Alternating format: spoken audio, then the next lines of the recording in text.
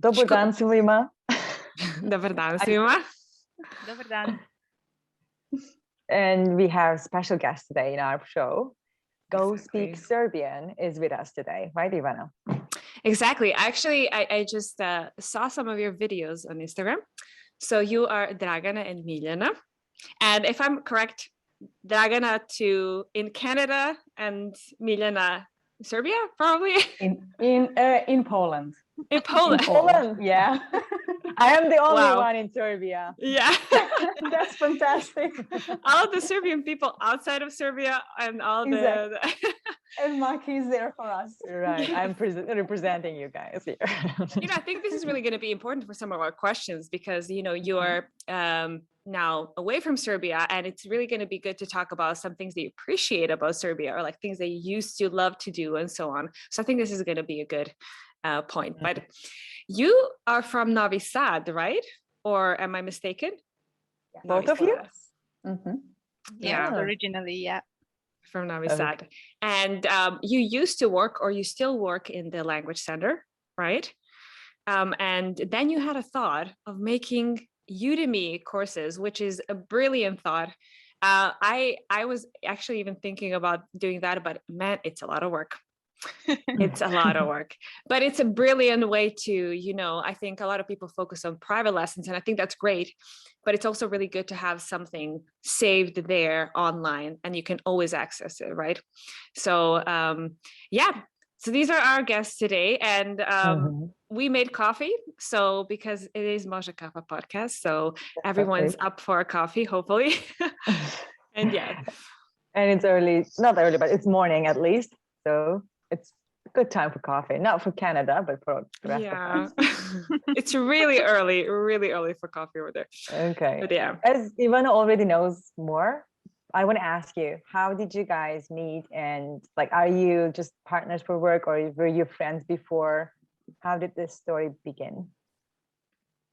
Yeah, just before we answer that question, I just want to make a small correction. So we are no longer working at that language center. So that's that used to be the case. I don't want to say maybe 10 years ago, right? Okay. So we were there actually. Yeah, almost. Yeah, I think it's actually 10 years ago. So we stopped working there and currently work separately in different areas. I work in Canada. Miljana teaches Serbian in Poland, but that's actually how we met, through the language center, because we were colleagues there, and that's how the whole story started. So just wanted to kind of make a small introduction, and Miljana can continue. Oh, that's great. Yeah, sure. So that's where we met in Novi Sad. We were at some point we just realized that we wanted to make some kind of a course books for Serbian. We used all of the possible course books that we could find on our market, but there was something missing. There was something that we weren't completely satisfied with. We had tons of our own material that we were using, when we were preparing our own classes there, and we kind of wanted to put it all together to make some kind of systematic thing. And that was our initial thought to make kind of the textbook for Serbian for beginners, for actual beginners. And then later we just realized that why wouldn't we switch it to online version, to something that we could do online? Because just like we knew that one day it's going to be like the primary way of teaching, like unfortunately these two years already since the coronavirus started. And then we thought about Udemy. We saw that there were already a couple of courses for Serbian, I think 1 or 2 beginner courses, and we wanted to make something different. So yeah, Ivana was right when she mentioned that it really took a lot of time and effort to make it. I think we were working on the first course. Dragana will correct me, but I think it was almost for 2 years, just to prepare the topics, to make a plan, to record videos, to to edit videos, to make all the additional material, you know, PDF files with self-study worksheets and glossaries and everything. So yeah, it was a lot of a lot of job. Also another course that we are just preparing right now, pre-intermediate, also took us, I think, years for sure. So Wow. yeah, it's not something that you could do just overnight. It really takes a lot of effort. Yeah. I think people are really going to appreciate it because you are putting so much effort, right? And putting in so much effort. So it's and it's really good for me as a learner of other languages as well. I think it's really important that you have several options on Udemy. So sure, there is one or two courses, but you know, maybe some people benefit from different types of instruction, different way of explaining things. So it's just really individual. And I think yeah, I think everyone's going to be really happy. And I'm really happy that you're here because I'm not a Serbian linguist. Full stop. Maki is a learner of Serbian. So we're really happy to have experts here because it's really difficult sometimes to answer Maki's questions because I'm like, I don't know why, you know. Don't worry, everybody has these moments, even Serbian teachers. Sometimes you cannot answer to all of the questions, especially when students are really into the topic, you're really into some specific grammar structure, and they ask you, why do you say this? And we're like, okay, maybe give me some time, maybe next time I will but it happens rarely, of course. You know, let's say we most of the time we have already answered. Yeah. But of course there are some very tricky questions, very tricky, especially when it comes to things that you just don't think about, you know, because it's natural in your language. So yeah. By the way, as a learner myself, I'm super curious about your courses and I'm going to check them later. Right now I'm super busy with my schedule, but it's in my mind. But after taking courses, be ready for my questions. Oh, wait, maybe we can do like a follow-up episode. That would be so after cool. I take, right? Exactly. Yeah. Okay. Maki, you wrote down some questions for them. Like, I think I'll take over the listeners' questions, like viewers' questions, and you can move on to the more like kind of personal and like, yeah. Okay. So I want to start with the strategy of your course. So you said you checked other books, other materials, and there was always something missing. So how did you come up with a strategy? Like, did you want to include all 4 skills like reading, writing, listening, speaking together, or what kind of missing part you filled in? I'm curious about. Yeah, I think like the first thing we noticed about the course books that were existing at the time is that they seemed a bit outdated and not perhaps engaging enough for students. There was no kind of authentic material in them that students could connect to. So we always had to supplement them with, you know, like newspapers and books and create our own texts and dialogues and exercises that we would use in the classes. So that was the first kind of hunch. We need something more up to date, something more engaging, something more modern in methodology. And then the second hunch was also we need something more adjusted to the level of the learner, because we noticed that the course books were kind of like for beginners, but also would mix like different materials that would be out of the level, so to say, of the students, and students could not connect with it very well. So that was our kind of desire to improve on these 2 points primarily, and also visually, to make things visually and aesthetically appealing, what we were seeing at the time. And the situation has improved now, but still not for all levels. I would say for beginner, you know, there is material out there, course books that are, you know, up to these standards, but for other levels, there still could be an improvement. So yeah, I think that these were like our 3 main points. So for that reason, Miljana mentioned that we created also like some self-study material, but she can continue on how we built on these things in the course itself, like how we try to make it visually appealing, how we try to make it like more authentic, more engaging for students.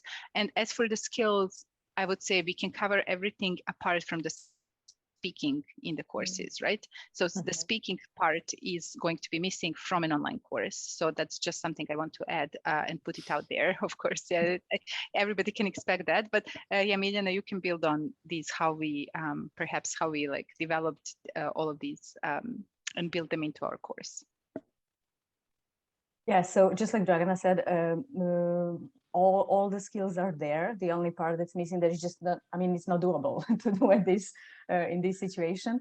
But that's why, I mean, we're not trying to say that this like type of e-learning or online course or any kind of course like this is the only thing that the student needs. Of course, for us, I guess the perfect scenario will be the combination of many different, you know, sources. Like, so not only to have an online course, but also to, I mean, it's always important to have a human interaction, you know, some private lessons, but nothing is worth if a student doesn't engage, you know, apart from all of that. So self-study is also very important. So I think that that's what we try to do in the course is to make students do a lot of things by themselves.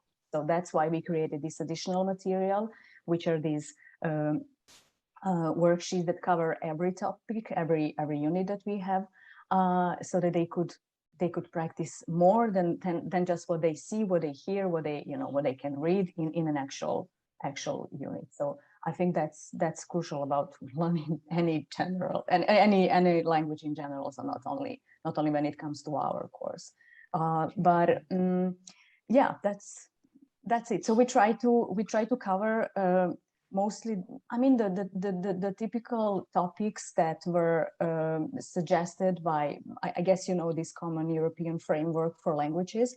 So everything that comes that is related to the most important vocabulary, most important topics and grammar structures is here, let's say. So we try to follow these guidelines, yeah, I think that if something is missing, that's probably because we thought it's maybe a bit too high for one of these two levels that we made so far. So we're definitely gonna make it for our next course. So of course there are things like that, but I think that for self-study, this way of, you know, presenting things is gonna be enough for our students. Seeing the reviews on the like followers and the takers of these courses, I think you have done a great job. I mean, I see those stars, those nice reviews under your course on Udemy, and I'm like, that's really a success. I have never seen like a language course, like not like English or like German or something, but rarely spoken language getting that much like interest from others. That was like, I wanted to congratulate you on that. Thank you. 2 years paid off. Yeah. I think there are two things you mentioned actually, Miljana. Yeah, now I forgot the name. Sorry. So I think the first one is like, it's very important. I think learners want like a magical spell to kind of like, how do I get to? And it's like, no, you really have to have various sources of the language, so, or like various methods. So it's great to have something like that on Udemy, but also do not neglect certain other things, right? Like there's only so much you can learn from I don't know, just reading, let's say, or just sitting down and doing like certain lessons. Like it's your responsibility to actually diversify it and to practice other things. So this is just one part. We always say like on our podcast is envisioned as kind of like not really like a lesson. It's just kind of like a supplementary material where we sit down and we kind of like chit chat and about certain things, right? And we explain certain things, but we also, there's cultural aspects and so on, but it's just, it builds up on what you're already doing.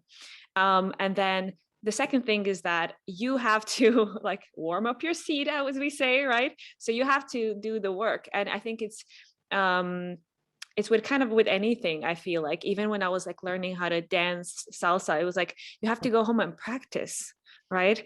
So it's at the end of the day, even if someone doesn't get as far, maybe with the course, it's like but it's your responsibility to do the other things and, to organize yourself and do the work. So there's only so much you can do. You can give all of these things, but at the end of the day, you can only do half, meet them halfway in a way. Learner's responsibility is much more, for sure. Yeah. But the beauty is you do different things and then you feel frustrated because you're still thinking about what to say and not say.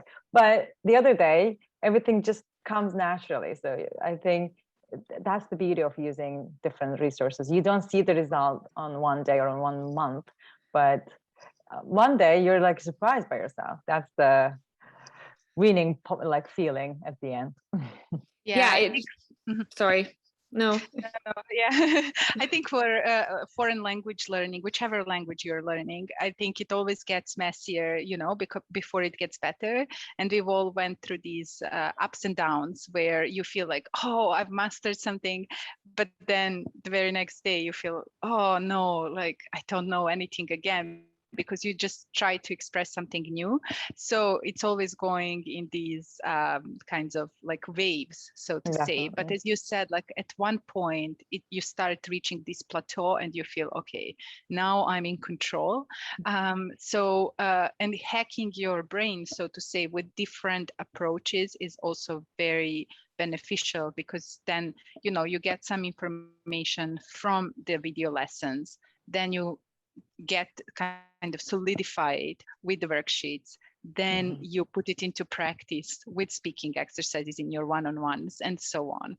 So I think this is what we try to do with the course, to give as much of diversity of material out there as possible in an online course, right? So we have a video lecture, we have these worksheets that Miljana mentioned, but then we also have listening exercises that, just go with the audio and the worksheet itself.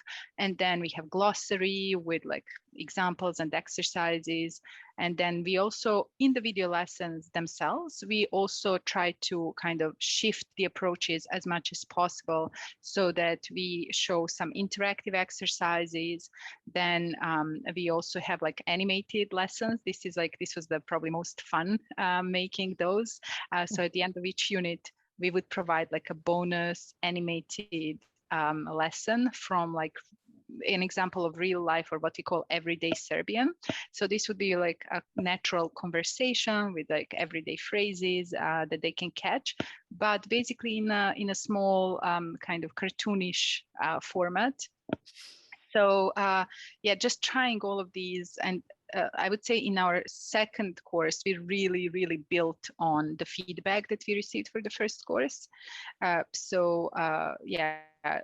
have some characters introduced in there, the teacher characters and student characters, who follow the narrative throughout, all of the units and all of the grammar sections and so on. So that's smart. Sounds fun. Yeah. That's quite smart. Yeah.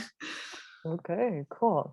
So from that, I got your kind of tips to our followers, right? Combining all the resources out there, like videos, audios, articles, stories, and everything. And the most important thing we should not forget is always try to enjoy. I tell this to my students, even if it's a boring article, you try to make fun of it. You try something fun about it. I mean, this is what I try to do, at least. And have you guys ever listened to our podcast as a source for culture and language points? How do you see that? And would you suggest your students to listen to us?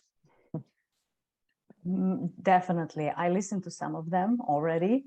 And it's really a good idea to do this kind of podcast, because it's not only about the language, and everybody knows that. So language is when a learner really wants to meet the country, the culture.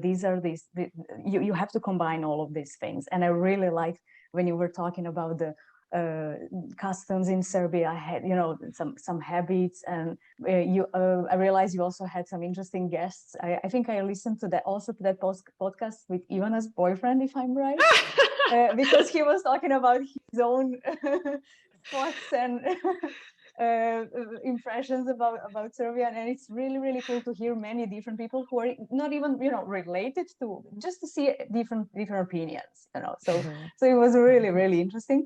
And yeah, these podcasts are really useful, not in the terms of learning the language, but in terms of learning anything else that is related to that particular country that you are planning to visit, or you already live there, and so on. So, and I think you two are a perfect combo, because Maki is a foreigner living in Serbia, and Ivana is abroad, and still you have a different approach to the whole thing, and that's when you combine that, you get a cool thing. So definitely this is really like useful resource, that's for sure. Thanks. Thank you. I realized that that when I left Serbia, you think that you're gonna not have any issues with I don't want to say forgetting your language, but it's like making it less automatic. You know what I mean? Like, it's sometimes very difficult for me to think of words and so on.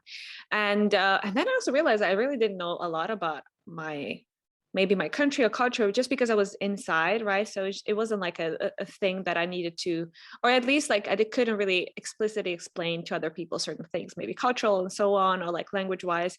I think this podcast was in a way selfish for me, because I'm oh, I can keep being in keep preserving the language and the culture, and learn new things, right, about where I'm coming from, right? So in a way, it was a way of preserving that, being abroad, preserving that Serbian side of me. Definitely. Yeah, it's really funny you should say that, because I at times have the same feeling with regards to course creation and collaborating with Miljana on all of these materials, because for me it's also, I sometimes realize, wow, this is healing my nostalgia. This is making me more connected to the country and more connected to the language itself. And I also have 2 kids who are now struggling with maintaining the language much more than we as adults do. And so for me, this course creation is also I'm trying to involve them as well in some way, and to show the importance of keeping the language and speaking the language as much as possible at home. So I think there is something about that process. Now that I've heard you speak about that, I'm yes, I felt that at times too. It's a way to, if you're outside of Serbia, to stay connected, and in some ways to heal the nostalgia. Before we continue with the show, here's a quick reminder. This podcast is free for everyone and supported by listeners like you. We hope that this podcast is useful and convenient to you.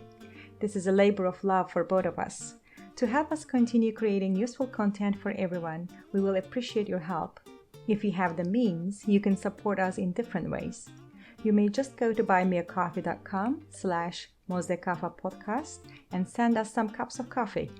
You may also become a member of our show on patreon.com/mozdekafa podcast and get extra benefits like bonus content, full transcripts of the show in Serbian, or even join us on the show. We rely on your support to help everyone more in learning Serbian language and culture. Thanks for joining us today, and now let's get back to our episode. So Dragana and Miljana, what are your favorite places in Serbia? What places do you miss the most? Miljana, maybe? Well, I have to be a local patriot for a while, so I have to say Novi Sad. Novi Sad is the first place that I miss, but I also love Belgrade a lot.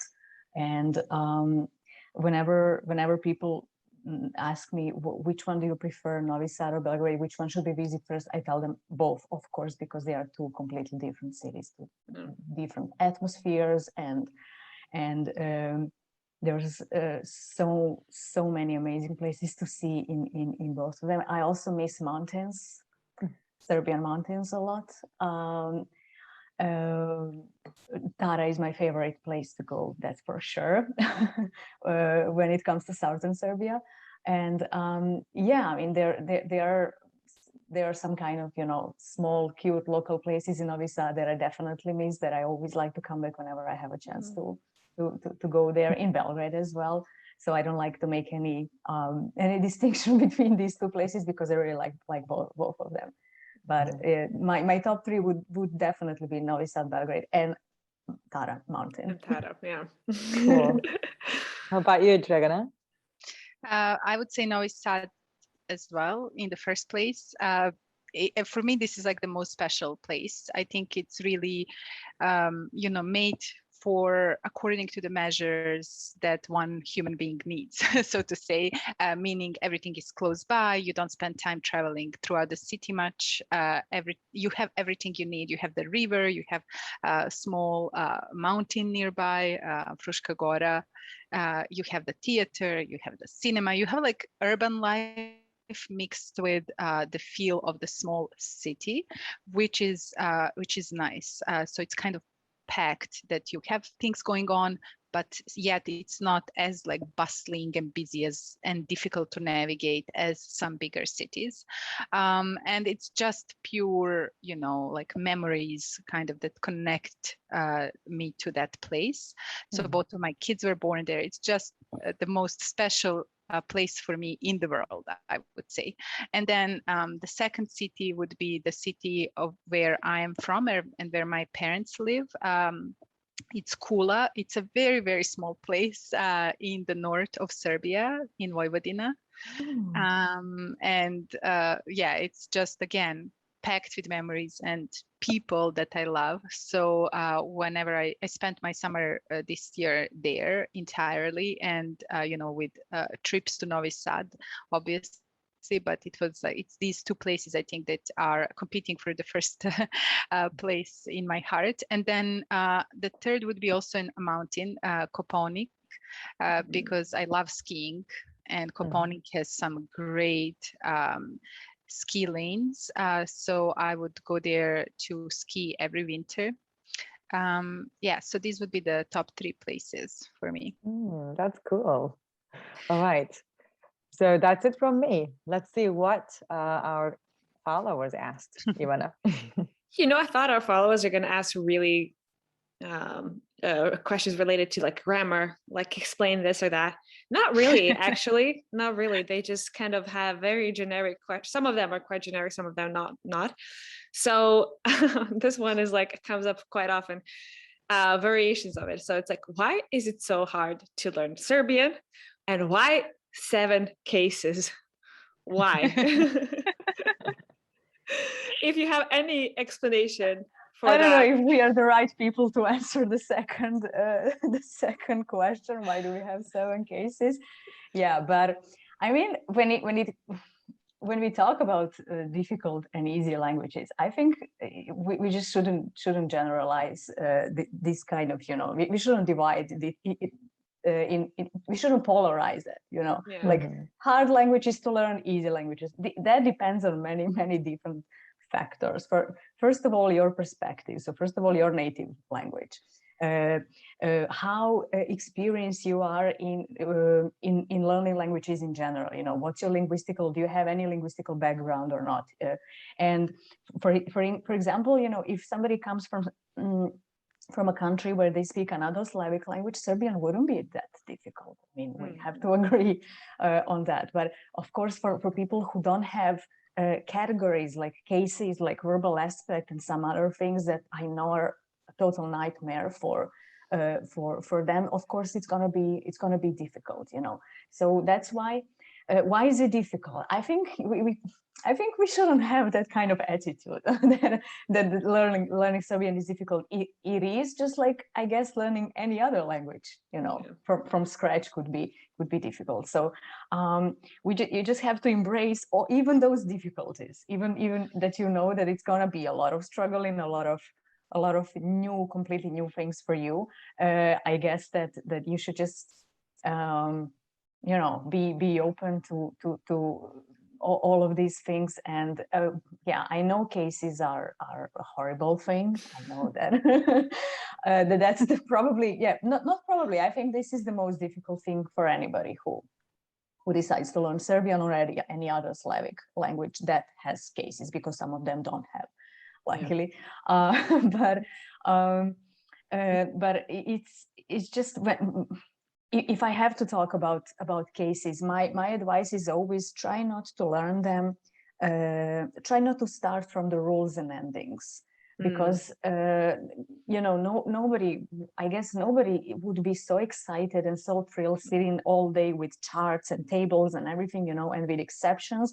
I mean, that wouldn't take you far away. I think my advice would be always start from some kind of always start with examples, so that you can see that particular grammar structure in action, some small sentence, small, these kind of, we call them chunks, so start from that. And then only when you are sure how can we use it, which are the meanings of different cases, then you can go on through the endings and then find, to see how does it function, to see the rules, because otherwise people tend to get really frustrated when we start, imagine me starting a lesson like, hello, today we're talking about locative. Yeah. I guess everybody will run away immediately. Especially if I would start with all the rules and everything. So we're not trying to do that. We're trying to flip it, a little bit in a way that it could be easier for students, of course. Very good point. I really agree with you. That's why when we covered cases in our podcast, I said, Ivana, do you know these common parts? This and that in plural are the same. This and this almost is the same. And I was trying to find the good news about the cases that kind of make the charts. If there are any. Yeah, exactly. That's how it should be with cases. Yeah. Well, I think it's also like you said something about you have to kind of accept it, but it's also like really appreciate these things, because if it's not challenging, how is it rewarding, right? Like the most important, like the biggest joy and like what drives you is like challenge, isn't it? Like in anything you're doing. So in a way, it's challenge. It should be challenging, and also I think this is a really good point. Like I'm learning German right now. I've been learning it for a while, and they only have 4 cases, so not that complex. But still, I think the best way how I learned it is that see, okay, based on frequency as well, like what is the most frequent use of data, let's say, and just go for that, right? And then slowly expand. And you know what, it's going to take years, and it's okay. No one's rushing. There's no need for you to be perfect in 6 months. And I think it's also just a lot of stress, and sometimes you're just not ready to absorb the rule, and you have to give yourself time, and it's fine. And in a year it's going to be okay. You'll get there, right? But just give yourself that time. I think that's a really good point. Just go from examples.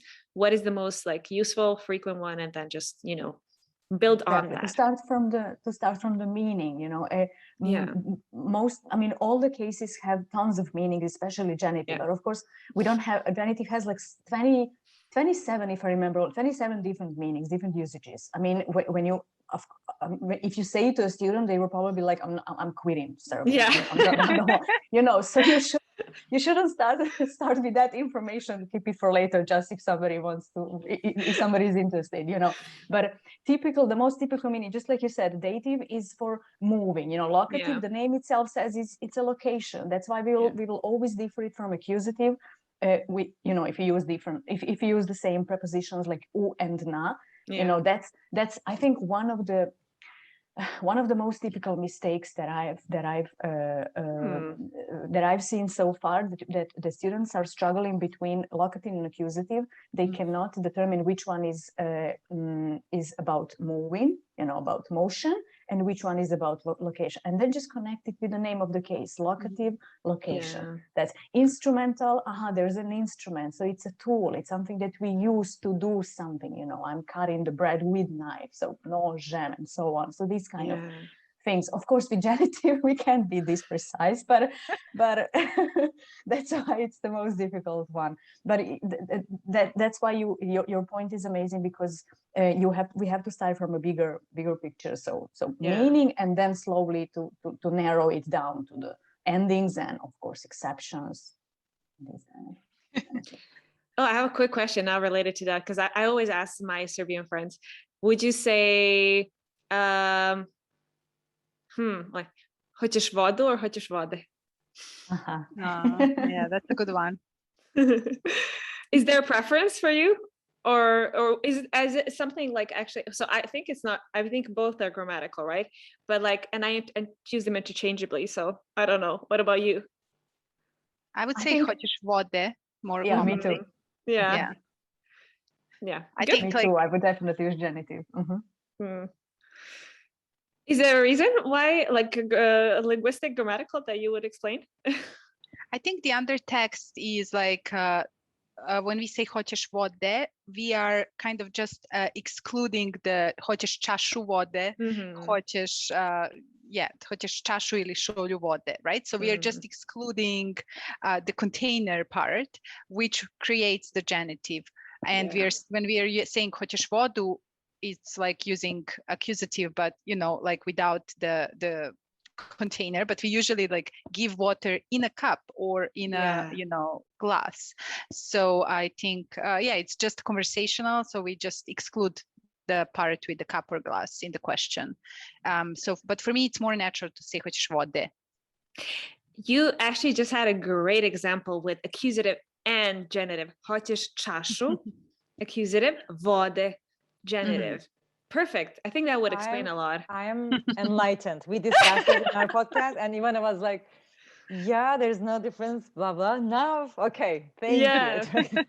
Yeah, because it's kind of like, with accusative, in a way, you're measuring it. Like you need some like source of measurement, right? So point of measurement. So it's either a cup or it's like something. But if you say, for me, it was always like a part of like, so just a part of something, right? Like it might be a bit of water, a bit more, right? But you're not really like limiting it to like one glass of water or something. Okay. I'm learning Serbian as my first Slavic language. Should I have started with Russian instead? I'm not sure. I mean, I think that starting with Serbian is good from the point, like if you compare it to Russian, from the point of reading and writing. I think it is a bit easier because in Russian they have like the soft sound and the hard sound, right? That then change the letter before that that letter and that sound. So that makes it a little bit more, I would say, difficult from the point of just like reading and writing. I think reading and writing in Serbian are super easy as long as you can pronounce the letters that are different from anything that in English, let's say, if you're an English speaker. But at least like each letter stands for one sound, and that's super straightforward, and I think learners really appreciate it. So at least from that point of view, it's a bit easier. Everything else, I mean, it's really hard to compare, I would say. Russian is the language that definitely is more much more spoken than Serbian, right? More people speak Russian than Serbian. So, from the point of convenience and applicability, I would say, yes, go for Russian. But if you're trying to just like start with the Slavic language in order to kind of understand, some similarities with other Slavic languages, then I mean, I would say Serbian is a relatively good point to start from. And there are overlaps with Russian, but there are also differences that can be confusing for learners, and that can make them take a different path and the wrong path. So it's always something to be mindful of, that even if words sound similar or if the structure sounds similar, they're not necessarily the same. And we have two scripts, just so you know. So you would have you would learn both, right? I mean, Russian is just the Cyrillic script, right? So as far as I know. Right. Yeah, that's a good point. Yes. Mm-hmm. Yeah. What are the most difficult words to pronounce, and how do you pronounce them?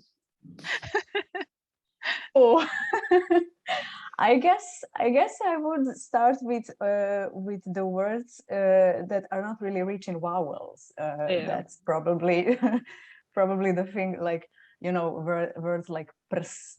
Oh yeah. My favorite one is probably raskrsnica. because I think we have 5 consonants next to each other in that one. Ras, k, r, s, no. Ras, Oh yeah, that's true. yeah, exactly. Yeah.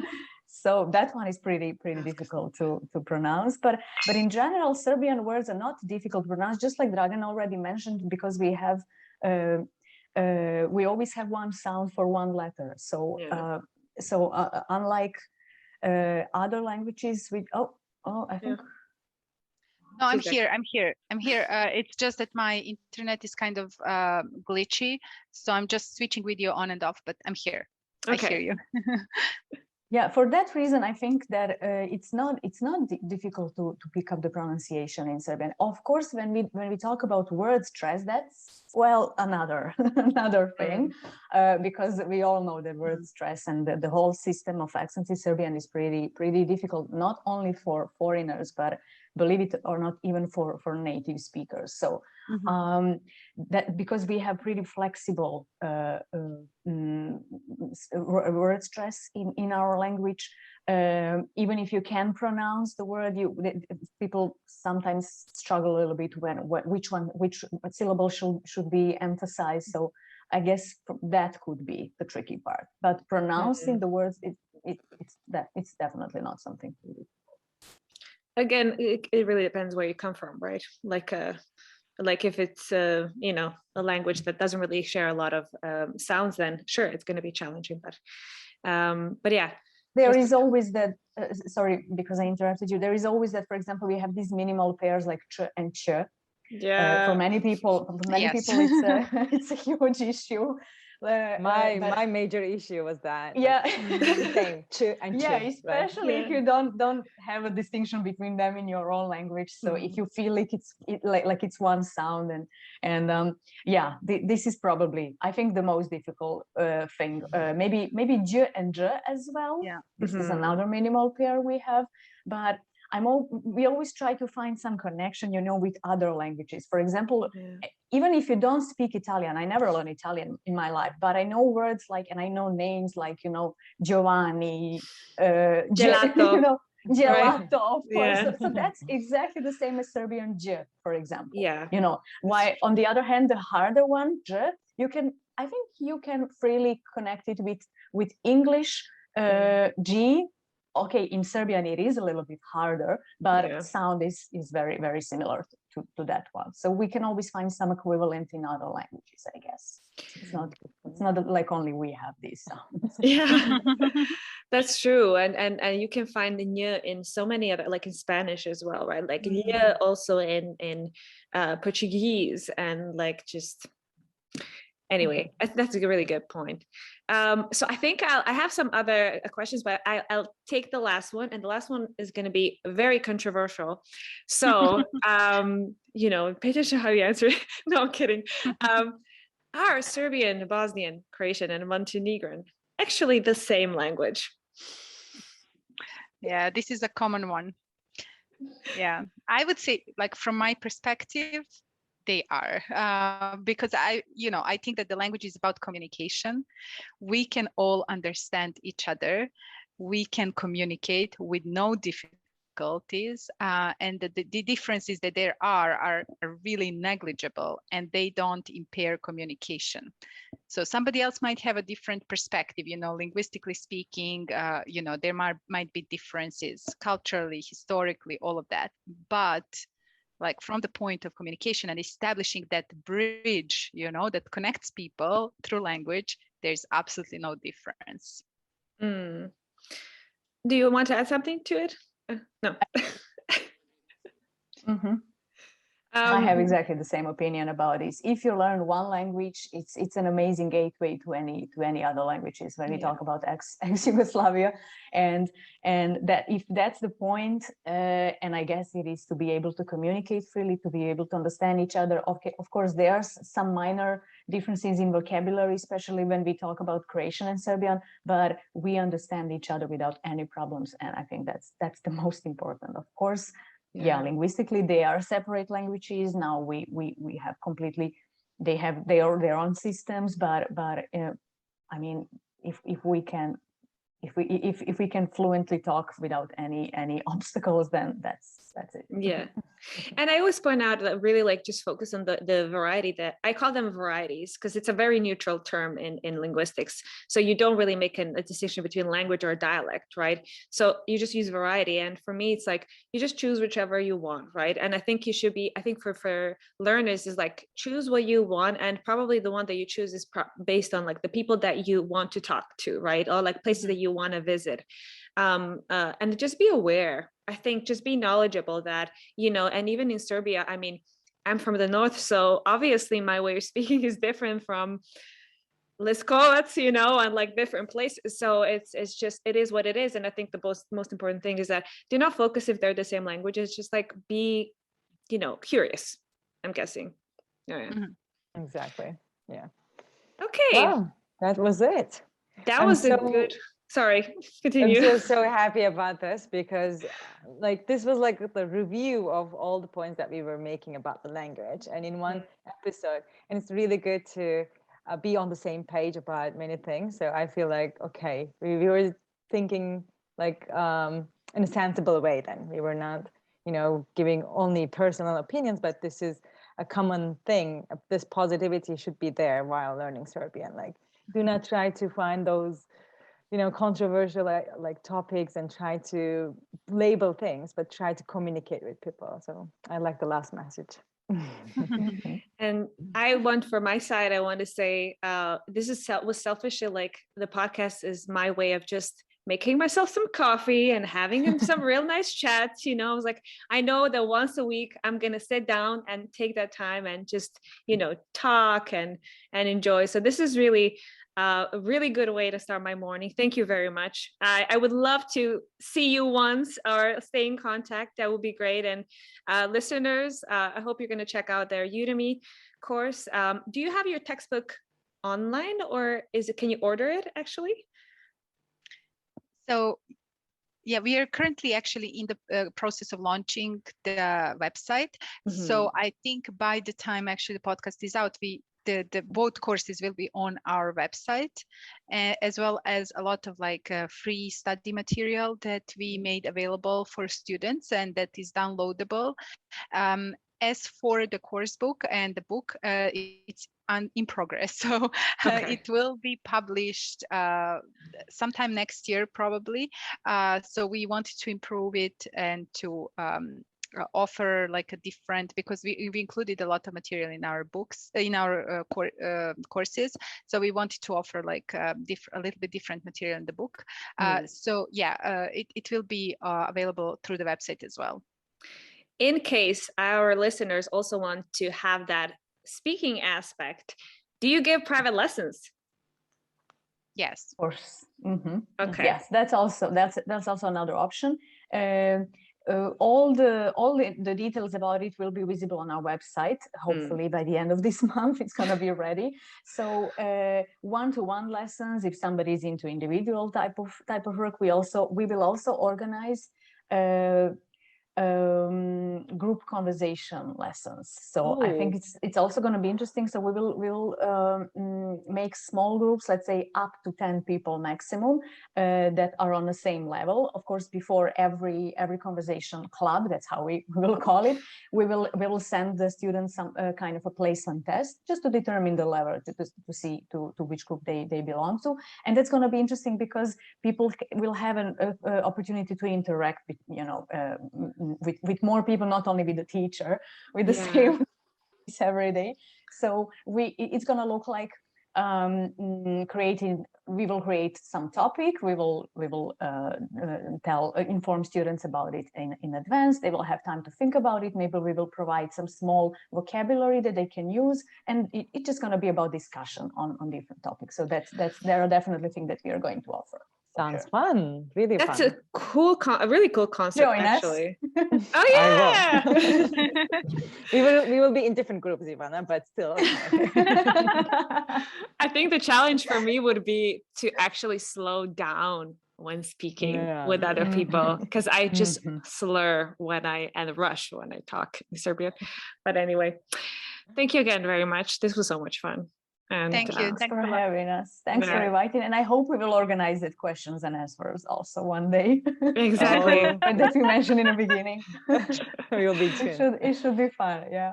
Yeah. Okay. We Thank you. usually end with just a greeting or like goodbye in Serbian. So I will say for my side, pozdrav, prijatno. Vidimo se. Vidimo se. Something else? Ćao svima. I also wanted to say the same. It's okay. You're very like-minded. Ciao, svima then. Okay, then svima. ciao Ciao. svima. Ćao, ćao.